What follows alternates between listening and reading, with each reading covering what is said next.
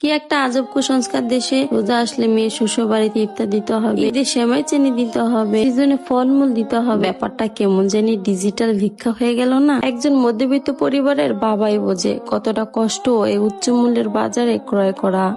5 প্রকার মানুষের কবরে সওয়াল জবাব হবে না। 1. যে ব্যক্তি শহীদ হয়েছে। 2. সিদ্দিক অর্থাৎ সত্যবাদী ব্যক্তি। 3. শিশু বা ছোট বাচ্চা। 4. যে ব্যক্তি জুমার দিনে অথবা জুমার রাতে ইন্তেকাল করেছে। 5. যে ব্যক্তি প্রতিদিন রাতে সূরা মুলক পাঠ করে। আর যে ব্যক্তি এই হাদিসটি শুনে অন্যদের কাছে পৌঁছে দেবে, আল্লাহ তাআলা তার চেহারা কিয়ামতের দিন উজ্জ্বল করে দেবেন। হুজুর, প্রেম করে বিয়ে করছি, এখন সব সময় আমি এবং আমার স্ত্রীর মাঝে ঝগড়া লেগেই থাকে। এই প্রবলেমটা কেন হচ্ছে হুজুর?